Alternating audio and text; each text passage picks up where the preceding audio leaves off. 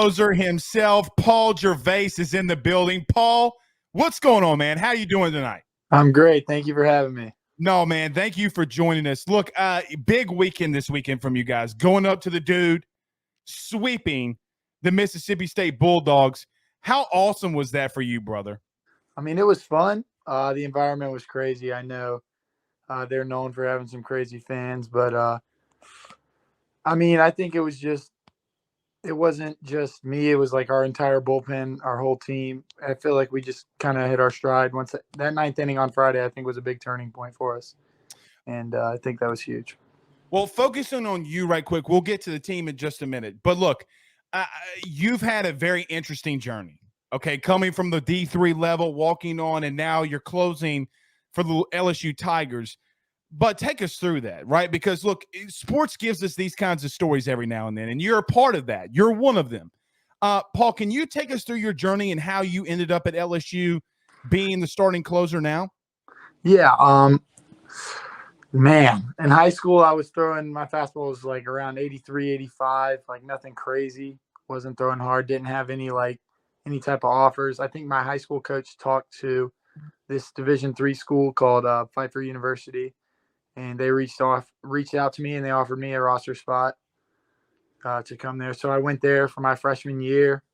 Didn't get much better. I was maybe got up to 86 that year, nothing crazy. And just after that first year, my dad, he sat me down after that year. He was like, "Hey, man, like private school without a scholarship is not easy to pay for. Like, if I'm going to be investing this money, then I'm going to need you to put in some hard work." And he was like, and I was like, "That's fair. Like, absolutely." So I started doing 2-a-day workouts all summer and working with my mechanics coach back home named Brandon Young. And that summer I went from 85 to 92 in about 2 months. And so it just kind of shot up. And that fall, I went back to Pfeiffer. It was cool being back there, and I had a bunch of friends there, but I wanted to play at the highest level possible, wanted to get drafted, all that fun stuff. And I figured that to go from D3 was going to be a really difficult route. So I transferred to my local junior college, Wake Tech Community College, and kind of struggled with my control there for a little bit. That spring season, the COVID season, and I was lost, man. I didn't know where I was going to go. That was my second year of eligibility. I was going to have to leave junior college and find somewhere to play. But a lot of people, I know COVID really hurt a lot of people, but to me, it saved my baseball career because it gave me an extra year of eligibility. And I got to I was going to return to Wake Tech again that spring, but the coach told me he couldn't promise me we were going to have a season due to like budget restrictions. Right. So I transferred to a different community college, Pitt Community College in Greenville, North Carolina. And, man, that was the best decision I've ever made. I met some of the best friends I've ever had. I had as much fun as I've ever had playing baseball. And my coach there, Tommy Eason, he told me when I got there, he was like, "Dude, you're 6'10", you're throwing 95+ miles an hour." He's like, "Just go up there and act like you're that guy. Don't be timid. Like, just go out there and attack people." To me, that really helped me flip a switch. And I had a really good spring season. But when Alan Dunn called me, that was kind of like the whoa moment for me. Like, hey, maybe I can do something with this. And him and Coach Maneri and Coach Kane, they offered me a scholarship to come play this year. And I committed. I said I wanted to play there. And when Coach Johnson got the job, for me, it didn't change my mindset at all. I did my research on him. I talked to people that knew him, and they all had great things to say about him. And I passed on the draft this past summer because I wanted this experience. I wanted to come play baseball at a big-time program and try to win a national championship, which is, to me, I love the decision I made. I'm having a great time, and hopefully we can keep winning. Well, you're getting more than 350 people off their chairs right now, Paul Gervase, and you're not even closing tonight. I mean, the game was postponed, and everybody's fired up because now, I mean, you're saying that you want to win a championship. You're coming to LSU. This is where you want to be. One thing that you said there is that your old pitching coach told you, like, "Hey, man, act like that guy." You know, like the TikTok, like, "You're that guy, pal." That being the changing moment for you, and now you're translating that on the diamond in Baton Rouge. Paul, I mean, guys are hitting 129 against you. Is that just a mentality when that switch flipped? Are you going every time you're going out there? Do you remember that? that one conversation you had with your coach? No, for me, I just have this thing my dad tells me. He's like, God bless you with a great arm and a great body. He says he blessed me with the arm and body of a major league pitcher. So go out there and have that confidence, because you weren't given this for no reason. I didn't come all this way to just get here and be satisfied. So just keep being hungry and keep motivating myself. So a lot of credit to my dad. He's definitely helped me a lot in that category. Would you consider yourself, if your hair grew out longer, okay, would you consider yourself like the right-handed Randy Johnson? I mean, look, man, you're 6'10". I mean, grow the hair out a little bit longer, rifle that BI up in there, right? Like, that's who you are. I mean, I don't want to compare myself to Randy Johnson. I mean, that's second all-time in strikeouts, Hall of Famer, True. four-time Cy Young Award winner. Or no, actually, I think it was 5. Yeah, 5-time Cy Young. Yep. I appreciate the comparison, but I wouldn't say I'm there quite yet. Hey, man, but look, you can't get there. We have a lot of faith in you. But look, you have a big weekend this weekend against Arkansas. Yes, sir. You're just coming off a sweep. Talk about that. You guys have been road warriors, man. You've been really good on the road. Is it the gray uniforms? Is that what's doing it, or is it the focus? Like, what's going on with you guys when you're going on the road and having so much success as you are? I think it's just after that Friday night game against Florida, we circled up and we were like, every single person in this ballpark that's not in our dugout wants us to lose this game. Everyone's against us. It's us against everybody else here. And we've kind of just rode that mentality for all our road games. It's been like, literally, like, who cares what people think? We're out here having the time of our lives playing baseball for this program that has all these great perks and everything. But winning is a lot more fun than losing. And when we go out there and we win, we're chirping the other team and getting their heads. And to me, just on the road, like, that's a different type of environment. I love playing Alex Box in front of all those fans, but when I struck out the side against Mississippi State on Saturday and that place was dead silent, that I love that feeling. Like, that was awesome. And they all just they're quiet. And Reiselman striking people out with the toe taps, and then they all go silent after chirping him. That's pretty awesome. So, all right. So I prefaced you for this question, but I got to get it in there.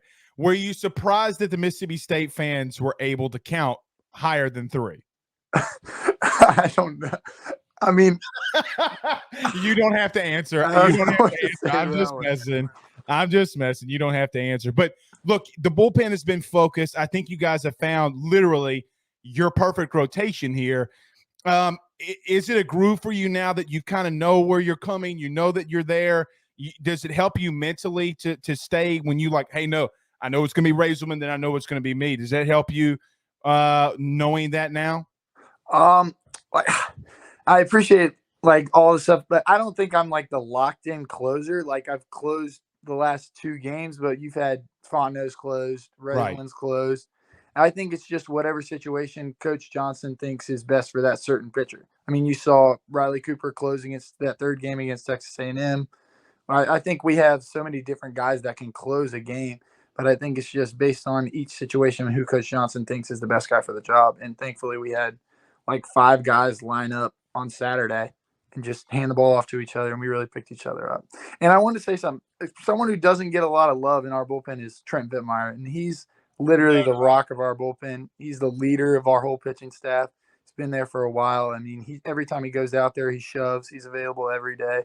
And I just feel like he should definitely get more praise than he does because, I mean, he's really the guy that makes us go for our pitching staff. Expound on that. So what is there something that he says to you guys? Is there something that like a mentality, focus, work ethic? What is it that he's doing to bring you guys as a unit? I mean, he just motivates us. I mean, he's been there for his 5th year. Right. He's like, you heard all the offseason talk. They all say our offense is incredible, but they don't know about the pitching. So we kind of use that as fuel. And with our pitching coach, we just kind of carry the same attitude as him, which is just go out there and attack guys. And if they beat us with our best stuff, then they beat us. But we're not going to walk you. We're going to go after you, and you're going to have to swing to beat us.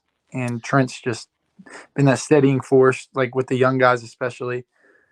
Grant and Sammy, who've been phenomenal this year. Right. And it's just, I think we all just work really well together for sure.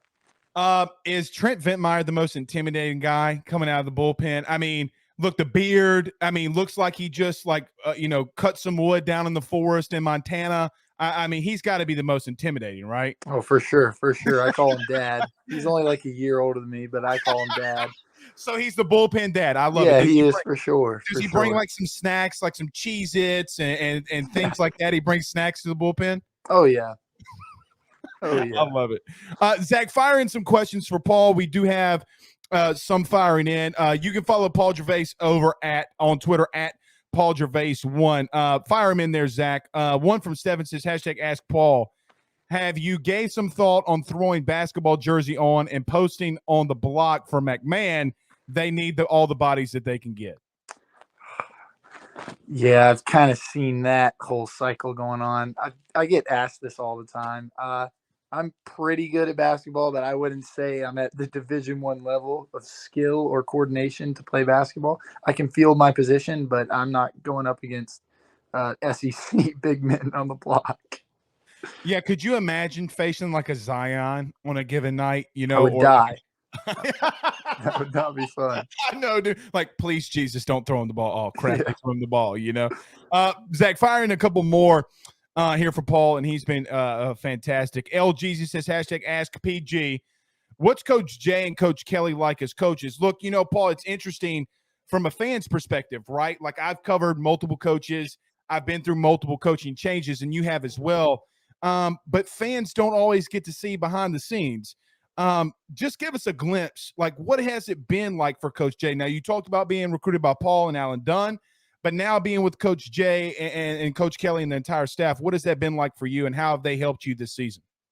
Coach Johnson, his thing is his demeanor. It never changed. We win, we lose. He's still going to get up the next day and pour in as many hours as he can to help us win. Coach, literally all he thinks about is winning. He's at the field every day when I get there. He's there every time I leave. That man eats, breathes, sleeps baseball.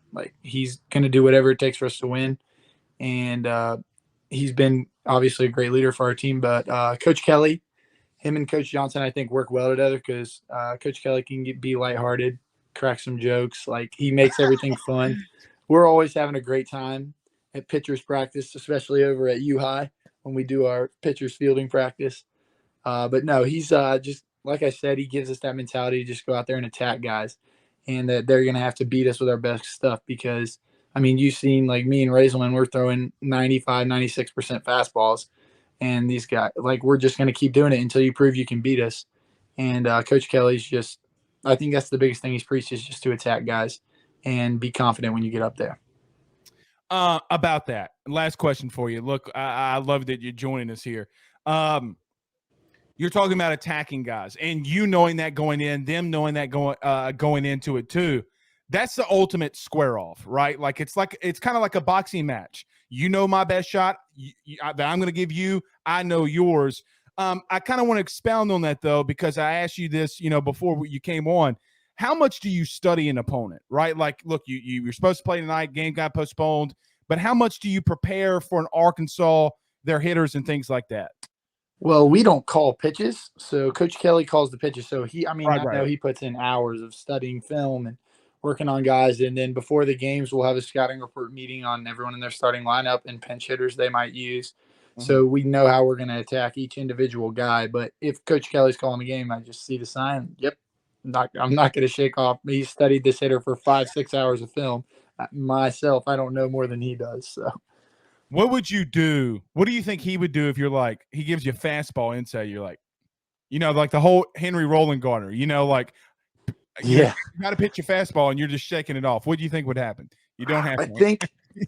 I think it would really just depend on the outcome of that pitch, because I think if it was good, he would just be like, "Oh, okay, I guess that works." But if I got shelled or something, he would probably have a few things to say to me when I go back to the dugout.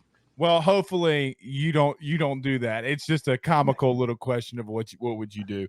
Paul, you've been fantastic, man. Thank you so much for coming on. Anything you want to tell the fans? Anything you want to just say before we get on out of here? Well, yeah, just keep supporting us. We're working hard every single day at practice. I promise we're not trying to lose games at home. We love playing in front of you guys. And we got a big series this weekend, and can't wait to see you guys again next Tuesday against ULL. Love it, Paul. Thank you so much, man. We'll talk again soon. All right. Thanks, man.